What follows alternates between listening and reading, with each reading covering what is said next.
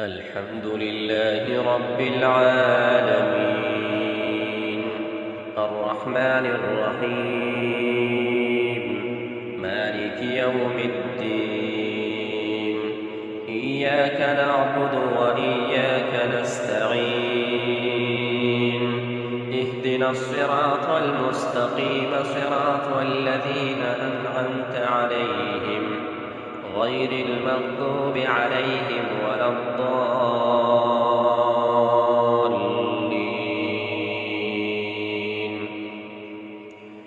ولقد خلقنا الإنسان ونعلم ما توسوس به نفسه ونحن أقرب إليه من حبل الوريد إذ يتلقى المتلقيان عن اليمين وعن الشمال قعيد ما يلفظ من قول إلا لديه رقيب عتيد وجاءت سكرة الموت بالحق ذلك ما كنت منه تحيد ونفخ في الصور ذلك يوم الوعيد وجاءت كل نفس معها سائق وشهيد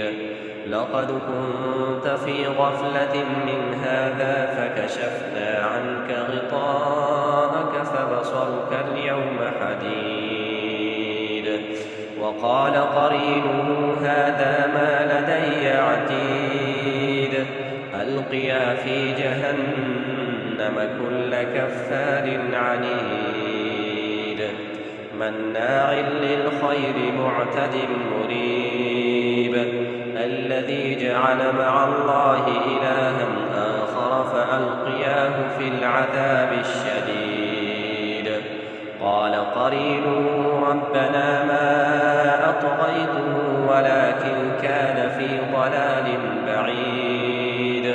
قال لا تختصموا لدي وقد قدمت إليكم بالوعيد ما يبدل القول لدي وما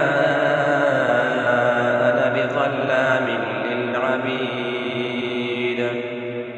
يوم نقول لجهنم هل امتلأت وتقول هل من مزيد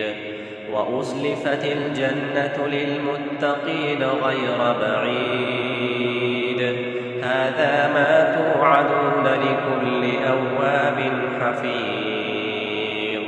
من خشي الرحمن بالغيب وجاء بقلب منيب ادخلوها بسلام ذلك يوم الخلود لهم ما يشاءون فيها ولدينا مزيد وكم أهلكنا قبلهم من قرن هم أشد منهم بطشا فنقبوا في البلاد هل من محيص إن في ذلك لذكرى لمن كان له قلب أو ألقى السمع وهو شهيد ولقد خلقنا السماوات والأرض وما بينهما في 6 أيام وما مسنا من لغوب فاصبر على ما يقولون وسبح بحمد ربك قبل طلوع الشمس وقبل الغروب ومن الليل فسبحه وأدبار السجود واستمع يوم ينادي المناد من مكان قريب يوم يسمعون الصيحة بالحق ذلك يوم الخروج إنا نحن نحيي ونميت وإلينا المصير يوم تشقق الأرض عنهم سراعا ذلك حشر علينا يسير نحن أعلم بما يقولون وما أنت عليهم بجبار